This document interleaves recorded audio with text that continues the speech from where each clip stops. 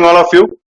As said earlier, we are going to take session on fundamental analysis and how you can pick right stocks for you. In this 30-minute session, I am going to cover a lot of topics on how actually you can pick right stocks for you, and then what you need to know about fundamental analysis. Now, we have all heard that we normally do invest in stocks and shares, and a lot of people invest stocks and shares basis on the graph movement and some random news here and there, or some informations from or tips from your brokers and other people. Now, in these sessions today, although this topic is very vast, and this 30-minute session today, I will try to cover as much as possible and try to make as simple as possible for you to understand how fundamental analysis are being done. I presume that before starting, that couple of basic concepts are known to you, although I will go through those basic concepts and just to brush up your knowledge in that sense. Now, when we talk about finance and fundamental analysis and technical analysis, stocks and everything, a lot of people they say that they are not they are not a finance guy. How can they do a stock trading or stock analysis or fundamental analysis, and likewise and henceforth? And so they normally depend on other person's opinion and they invest, right? The broker and other persons. So today I'm going to clear that concept that you don't need to be a finance guy to do a fundamental analysis or to do a stock trading. Okay, everyone can do a fundamental analysis or a stock trading. Now, the interesting thing before starting, I will say that now in a company, now who are the finance guy? So this has been a very strange observations which I have find out, is that normally we say that persons who are doing accounting work, and they are the finance guy. The person who's doing the finance work, they are the finance guy. But actually it is not. The marketing person, for me, a salesperson, a marketing person, a operation person, probably an engineer, these are basically a finance guy. The reason because every one of their work actually impacted company. A salesman, when they actually bring on more sales, it impacts the top line, right? Top line and bottom line, that's a two concept which is there. Top line means sales, business, and bottom line means after deducting all the expenses, what is your leftover? That is a profit. Okay, so a salesperson is actually a finance guy because he's bringing more sales, he's increasing the top line. Now, when we talk about the operations department or the engineer who are manufacturing things and everything, so they are also a finance guy, because operations guy, by doing capacity utilization, by doing a lot of minimizing cost and everything, they are also impacting the bottom line. So they are also a finance guy. Now, when we talk about the marketing guy, this marketing guy, they bring on new ideas, new technology, new advertisement campaign, and bring on, and henceforth they improve the company's brand image, and henceforth they impact the top line. So they're also a finance guy. But take for example the accounting staff, the accounting staff of an organization, the audit person of an organization, the chartered accountant of an organization. They actually do not impact any top line or bottom line. So accounting guy just have to note down and do all the data entry and everything. Those are critical, important part, but to actually not impact. So they are actually the non-finance guy. So finance guy are the marketing guy, the sales guy, the advertisement guy, the engineer guy, the operations guy are there. Okay, so that has to be very clear in that point of view. So going ahead, before getting into too much details into fundamental analysis, now there are two types of fundamental analysis. Now, when we talk about the fundamental analysis, it is about, we are talking about in the sense of stock market. Stock means shares of a company. So there are two types of fundamental analysis. One is a quantitative analysis and one is a qualitative analysis. Now, qualitative analysis typically means that it depends upon the company's management. Management quality, management philosophies, management visions, and all those things. So today's topic, our discussions will be a quantitative analysis. That's what the data is all about, right? So Quantitative analysis means all the data, balance sheet, profit and loss, cash flow, couple of other things which I'm going to tell you sooner. Now, before getting more details, I will going to share with you a couple of concepts. Although you are quite aware of all this concept which is been showing here, but but there are certain things which I want to touch base so that it will get very clear to you once you do actually start doing a fundamental analysis. So in today's sessions, what we are going to do that we are going to tell you about a fundamental analysis, different aspects of how you can do that, and at the end I will show you one small example of how you can do a fundamental analysis of a company. So this is the part one of my fundamental analysis. So coming back to the concept part, well, if I ask you what is the difference between a capital expenditure and a revenue expenditure? So if I ask you what is the difference between a capital expenditure and a revenue expenditure, so probably couple of you might be knowing this, and couple of you might not be knowing this, right? So before telling you what is the difference between capital expenditure and a revenue expenditure, I will touch base upon two important points, that is a profit and loss and balance sheet. Now you all know that what is a balance sheet. I am not going to get depth into what is a balance sheet, because that's a basic part of stock market, I presume that. But one important aspect of balance sheet I want to mention is that whenever you see balance sheet, it is written balance sheet as on. So balance sheet is always, remember, balance sheet is always on a particular date. So balance sheet as on 31st March 2020. Okay, and when we talk about the balance sheet, since it is as on, it accumulates all the assets and liabilities a company has from its inceptions. So suppose I started a company in 2014, right? I have built on certain assets, I have built on certain liabilities in those 6 years. Today is 2020. So in these 6 years, whatever assets, whatever liabilities I have added, it will all carry forward, and balance sheet as on 31st March 2020 will showcase what is my total asset and what is my total liabilities. So that has to be very clear. I think you know that, but I am making sure this thing is clear to you. Second important thing what we talk about is profit or loss, right? When we talk about the profit or loss is always for the period. Means 1st April to 31st March. So it's including in that period. Balance sheet is as on date, profit or loss in a period. That's basic concept I'm talking about. Now, when we go back to this previous concept of capital expenditure versus revenue expenditure, now revenue expenditure are those expenditure which remains within the profit and loss period. So I give you an example. Suppose you run a business of hotels, a restaurant. Suppose you run a business of a restaurant. So to run a business of restaurant, you need to buy vegetables, you need to buy foods and everything, right? Raw materials to prepare food and all. So all those vegetables expenses, raw material expenses will be consumed in that financial year, probably in that same day itself. So it's a revenue expenses. So any expenses which are consumed in the same period, profit and loss period, is a revenue expenses. Any expenses which bypass the profit and loss period, which bypass the balance sheet date, the impact of which bypass the balance sheet date, is a capital expenditure. I'm giving another example. Suppose to run this hotel, you need certain, table, chairs, furnitures and everything, right? So you buy certain furnitures, certain table chair where the clients will come and have their food and everything. So if you buy some table chair and furnitures, so those are definitely will not be spent in that profit and loss period. So that expenses will bypass the balance sheet date, which will be your 31st March 2020. Right? So the expenses of that will go on for a longer period of time.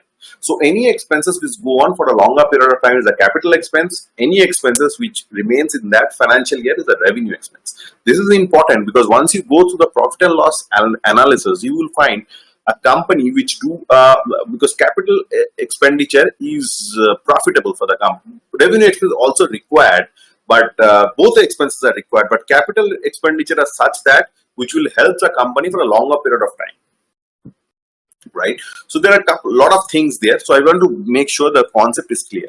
Now in the balance sheet, there are two kind of balance sheet you will find in normally annual report of any company. Now before talking about two kind of balance sheet, I will go to the next point, that companies. You know what is a company, partnership firm, proprietorship firm. I don't want to get details into that, but just to mention one thing is that what is the difference between an associate company and a subsidiary company? Associate company and a subsidiary company. So that's important to understand, because then you will be able to actually know how you can, to check the annual report of company to do fundamental analysis. Now, to give you an example, suppose TCS, suppose Tata Sun. Tata Sun is a holding company. Tata Sun is a holding company, and if Tata Sun decided to diversify its business, now, okay, so what they are going to do, that they're going to buy some company.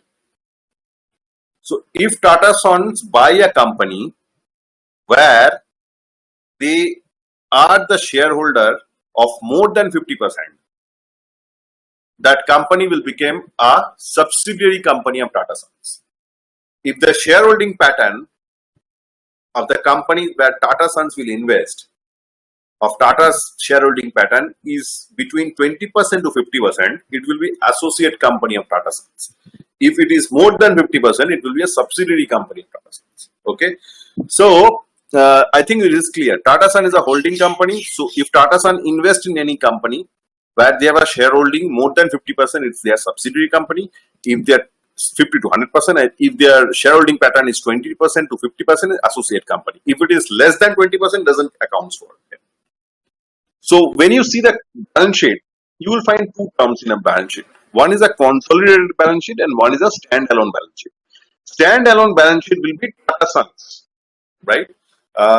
When we talk about Reliance Industries, is a petroleum. It's a big business. The main business, petroleum. So the petroleum will be the standalone Reliance Industries balance sheet. Now, when we talk about consolidated Reliance Group, then it comes Reliance Industries, then it come Geo and all other companies. There are multiple companies that they might be owning. Of everyone's balance sheet coming together and become a consolidated balance sheet. So all the associates, subsidiary companies clubbing together will come into the consolidated balance sheet, right? So that's clear. Assets and liabilities, it's very normal thing. Whatever I own is asset. Whatever I owe is a liability. I think that's clear to you. We move forward.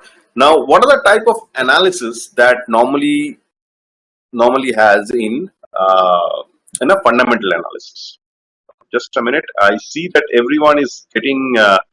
I hope everyone is able to hear me properly. So I will carry forward. Now, what are the type of fundamental analysis that normally a person, analyst, can do? Now, there are three type of analysis. One is an economy analysis, one is an industry analysis, and third one is a company analysis. So you might be find that a lot of companies are saying the top-down approach, and a lot of people are saying the bottoms-up approach. So top-down approach is economy analysis, you do first, and then you do industry, and then you do company analysis. And bottoms-up is the reverse side. You do first company analysis, and then you go back to the industry, and then you go back to the economy. So I will not get in details about each and every topic here, because then that will take a much longer time. When we talk about the economy analysis, there are a couple of points that comes into place. You know, the GDP. I will not get details into GDP. Then it will itself has a big topic by itself. So GDP is a gross domestic product. So if the company's GDP is increasing, it is a good. So you just need to make sure. I will be having a sessions of economic analysis separately, so you can have register for that program to understand how to do that. Inflation. Well, inflation inflation is good if it is a controlled inflation. So very high inflation and very low and deflation is bad. Forex reserve is important. That also comes into point. To give you an example, why Forex reserve is important. In 1991, India's Forex reserve was so less. India was on the verge of getting bankrupt. Now, Pakistan, to give an example, Pakistan Forex Reserve today is what India's Forex Reserve was in 1991. So you can understand the kind of country situation. Reserve is something where every one of us has. We earn, we do spend, and we do keep reserve. So that Forex Reserve is very important for any company, because that's what the company is purchasing, country's purchasing power lies, right? Now, how do the Forex Reserve increases or decreases? It's because of this balance of payment, because of the export and import variation. So in India, we normally import two big things, which is an oil and gold, right? So oil, we are doing a lot of things about making electric cars, and a lot of solar energy and all those things are going on. So you will see a improvement in there. So normally it's a difference between import and export kind of thing. And you all might be aware that why reserve is important, because if you look into your personal savings also, you understand that why a reserve in your bank account or any other thing is important. The similar things with government also. So if you do not have a reserve, people say that government can print money, but if they keep on printing money, the second point, inflation will shoot up. And I said that control inflation is good, huge inflation is not good. So if you keep on printing money, the money supply will increase, and that will push up the inflation, which is again worst. And then we have the monsoon. Monsoon is actually, in India, it is an agricultural country. The majority of the populations depend on agriculture. Agriculture is the biggest employee also, biggest employee generation also. So every business is dependent on the agriculture, right? So monsoon is also important. So all these things comes under the economy analysis. Now, when we talk about the industry analysis, there are two things. One, industry could be cyclical and industry could be growth. And then you need to look at the industry subtype also. Now, to give a very simple example out here. Now, when we once we done the economy analysis, an economy analysis, there is another point I forgot, that why it is important. There are some government policies, right? If the government says that, like Pradhan Mantri, Narendra Modi has said that by 2022 or 24, I forget the exact date, every Indian will have electricity in their home. So every Indian will have electricity in their home, and every Indian will have a home of their self home, right? So that's the government policy. So when we know that that's a government policy, we know which industry is going to impact. So we know the electricity industry is going to be impacted, because every industry, every household in India will have electricity. That's a government policy. So we know that the company which are associated with electricity will benefit it. Now here comes the important point of industry subtype. Now, even in this industry electricity, there are a couple of subtype also. Like one company will be like for industry electricity generation. There one company will be for electricity transmission. Another company will be for electricity parts manufacturer. Another company will be for electricity distribution. So, so in a country like India, suppose say for example, if we are generating huge amount of electricity, but the distribution is not proper, then if we invest in electricity generation company, we will not going to make money, right? So industry subtype is also important. First, we understand that government policy is there and they are driving electricity in the country, and then we need to look at that which sector, which subtype in the industry is actually promising. So if we find that we have a huge electricity generation happening in the country, but it is not being distributed properly, the transmission is not happening or the distribution is not happening, so we need to focus on companies which are on distribution, because the government focus and everyone focus will be on distribution, because government has mandated that all the house will have electricity. So that's an example I'm giving out. So this example can be suited to any industry kind of thing. So that's how you come from top to bottom. So that's an industry subtype analysis, and then we come to the final phase of company analysis, right? In the company analysis, we have balance sheet, we have profit and loss, and we have cash flow analysis. Well, now that's a huge topic. Now, when we talk about the balance sheet analysis, when we talk about the profit and loss, we talk cash flow analysis, it's a huge topic. Now, I'm not going to cover the entire topic today. As I said, this is a 30-minute webinar. I'm going to make things simple for you so that it will be easier for you to understand this company analysis part. Now, when we do a company analysis, we need to see certain points in a company, any company. Now, you need to look after this couple of points when we look into the company analysis. First one, you need to see the turnover. So when we talk about the turnover, you need to see the top line. 5-year trend. You need to see the 5-year trend of the top line, whether it is increasing or decreasing. How you get the data, I will show you later on. Then you need to look after the bottom line. What is the profit, whether it is increasing or decreasing. Now this profit figure could be deceptive at times, because to give you an example, like SBI Bank, SBI Bank profitability for the last 4-5 years is nil, because they are having a huge NPA reserve, NPA uh, reserve that they're doing. So that's why their profitability index is not increasing that way. Likewise, there are a lot of companies you will find that their profit may not be increasing, but their turnover is increasing top line. So a lot of investment that they do in between, so that will capital investment, capital expenses. I told you earlier, right? So you do a lot of capital investment in between, which actually help them get the profit in later phase. So when you look after the first 2 points, you see the turnover, whether it is increasing.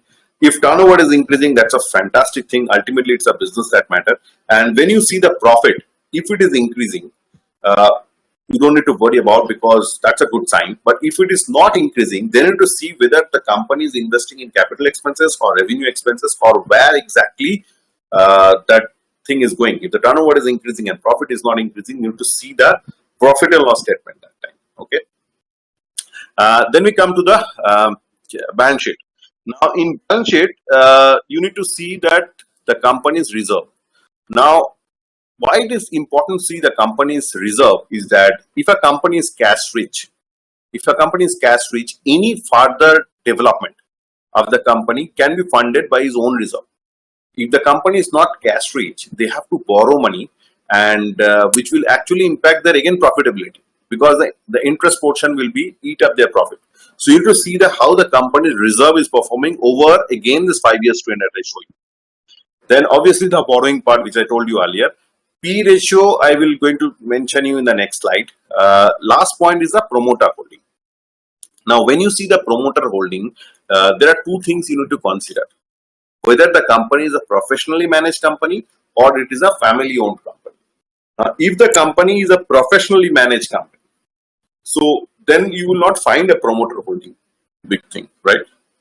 So if the company is a family owned company and you see that the promoter is selling their stake, then there is certain red flags. Okay, so you need to see the trend in last 4-5 years. If it is a family run company, the business started as a family run company, and how the promoters are behaving, you will be able to understand that where the company, what is the indication lines. Okay, don't worry, I'm going to show you in an example all these points. Last but not the least, I'm going to show you important parameter, which is the P ratio. P ratio is a price earning ratio. Now, what is the P ratio here? Now normally P ratio, it normally says that, just a minute, I give you an example. Okay, so it's like P ratio is nothing but market price per share divided by the earning per share. Okay, and market price per share of the company divided by earning per share. And what is the earning per share? It is a profit after tax divided by the total number of shares. Right? So to get into a P ratio, I will tell you what exactly that means and what P ratio is good and bad and how to measure that. Now you know the profit of the company that can be easily get, because everything is transparent out there. Suppose, say for example, the profit of the company is 5 lakh, and suppose say the total number of share is 1,000. Total number of outstanding share in the market is 1,000. So you will have an EPS of 500. Right? So you have EPS of 500. Suppose, say for example, and then you know that the company's suppose, say for example, market price per share is, suppose, say for example, 20,000. Give an example, and earning per share is 500. So the P coming is 40. So when we say the P is 40, that actually means that number of times I am ready to pay as compared to earnings. So when we say the P is 40, that means how many times I'm ready to pay as compared to its earnings, right? So that's very clear concept. Now, whether it is 40, now this 40 is cheaper, expensive. How will you find that? That's an important analysis that to be done, right? So to know that, what you need to do that. Now I'm going back to this point of, you understand what is a P ratio, right? So P ratio is nothing but number of times a rate to pay as compared to earnings. And then I go to the last slide, which is a example of how you can do a fundamental analysis. Now I'm going to show you a couple of examples out here. Now, if we go to this, now if I go to the money control and click on Infosys, suppose I want to do a fundamental analysis of Infosys, right? Uh, So if I do a fundamental analysis of Infosys, now what I already told you earlier is that what are the things that need to be looked into. Forget about this industry analysis and economy analysis. That's a separate part. That is also part of fundamental analysis. But when we talk about the company analysis, we need to see this 5-year trend and the P ratio later on, and you need to compare this trend with other companies also to come to a point that whether this company is performing well or not. So if I go to money control and type here Infosys, it comes down here, and then I click on the valuation. So when I click on the valuation, you see the two things are coming up. One is a P ratio here. So Infosys P ratio is 25.34. That means I am ready to pay 25.34 for one share earnings. Okay. Now, what I need to see here is that I need to see what is the industry P. So the industry P, Infosys is obviously IT services. Industry P is 23.57 and Infosys P is 25.34. Now, this is standalone, this is consolidated. You remember the difference between standalone and consolidated now? I told you earlier. So that's the thing. So if you only see the Infosys, that is so industry P say Infosys P is zyada hai. That's one aspect. Now, what you need to do that, you need to see what is the competitors' performance out here. Okay. So when we see the TCS, suppose you click on TCS and you find that, and you click on the valuation part, and when we click on the valuation, you find TCS P is 28, whereas Infosys P is 25. See, the industry P is same. So that means TCS. So does it mean that TCS is expensive than Infosys? Well, as a thumb rule, a lot of people will say that the P is higher, it is expensive, and the P is lower, it is cheap. But it is not likely. I give you an example to prove, to say that a lot of time what happens is that because of the confidence, because of the company confidence or product confidence, sometimes the P remain higher. People used to buy a lot of that company. So people are ready to willing to pay 30 times for one share, for 1 rupee earned, right? So that people are ready to. To give an example, if Apple launch a new iPhone, right? If Apple launch a new iPhone, you will see the kind of movements towards the stocks. Because without seeing the actual features and actual usability, people will go and buy because they have this confidence over this company. But is it actual P? Is it actual? Because actual P is, I talked about the earnings, EPS, and etc., which I talked about.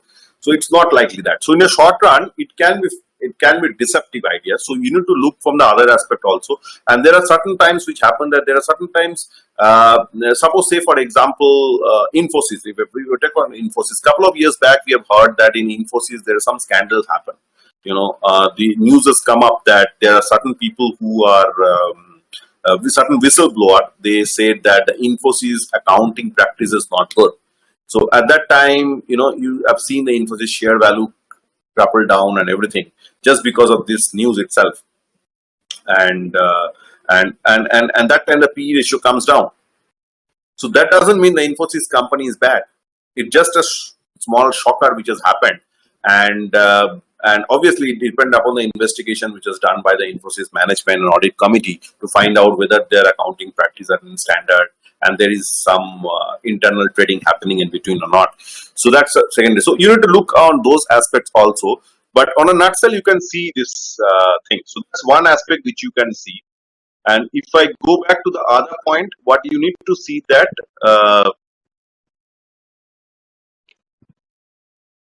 you need to see on financials. So if I click on the financial part, see there's already you see the income statement, balance sheet, cash flows, and ratios, right? Consolidated and standalone, I told you earlier, which is an important indicator. So we take for instance standalone, right? Now this is the sales, this is the top line. So if you can see that the sales is more or less stagnant, right, in Infosys. It's in crore, it has slightly increased. And when we talk about the bottom line, see that the bottom line has increased in comparison to sales. Okay, so I told you about how to look up the top line and the bottom line, and then we talked about the balance sheet. If you see there's reserve, so it is more or less stagnation reserve, and the share capital is this. And the couple of points which is also mentioned out here is that P ratio I have already showed you, and the promoter holding, this is a professionally managed company, so you will not have much problem out here. And cash flow and ratios. Now this ratio, there are a couple of ratios which are out there. Face value, book value to per share, dividend per share, which I will be taking part in my part 2 of my fundamental analysis. Plus, there are a couple of other points which you can look into this ratio analysis and all. Just a minute.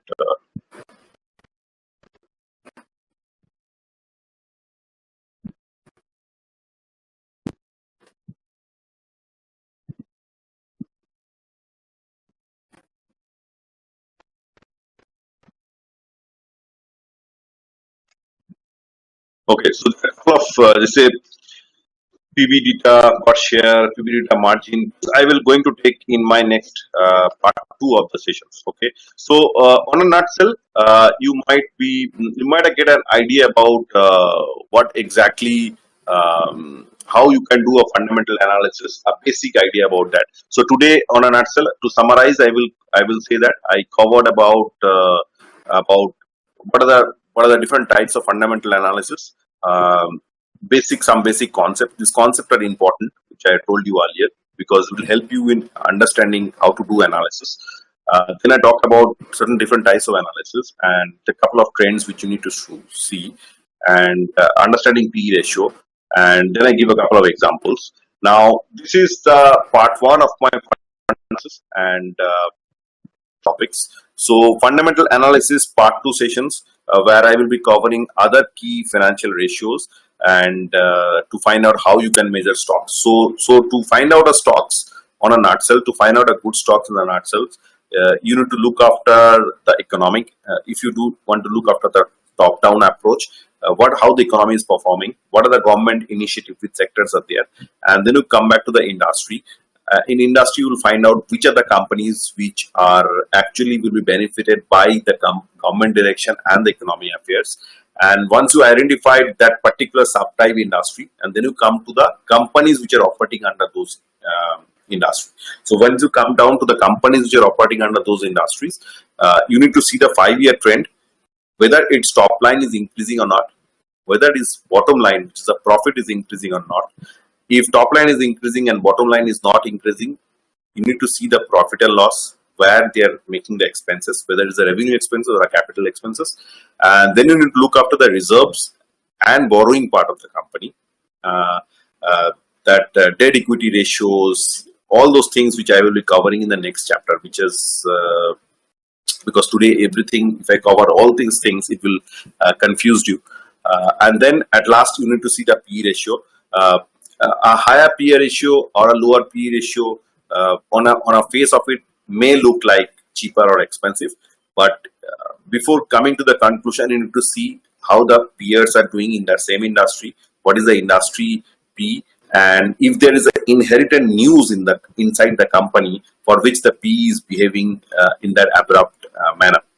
So those are the things that can be looked into to start with as a company, as a fundamental analysis. Because having said all these things, if you are willing to buy any stocks, whether you're doing a fundamental analysis or a technical analysis, nothing is guaranteed. You can't have 100% surety that the stock price will move high and up and down.